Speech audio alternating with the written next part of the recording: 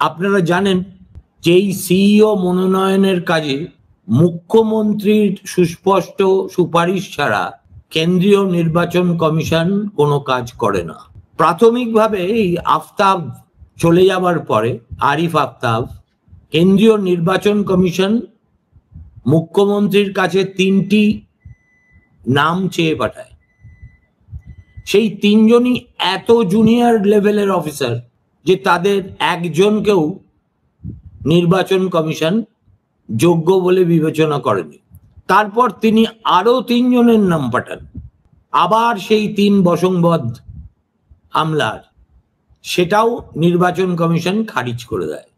অবশেষে কোনো উপায়ান্তর না থাকায় তিনি 3জন সিনিয়র আমলার নাম প্রস্তাব করতে বাধ্য হন।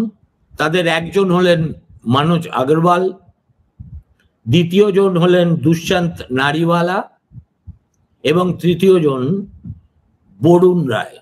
এই 3জনের মধ্যে নির্বাচন কমিশন শেষ পর্যন্ত নতুন সিইও হিসেবে মনোজ আগরওয়ালকেই বেছে নিয়েছে।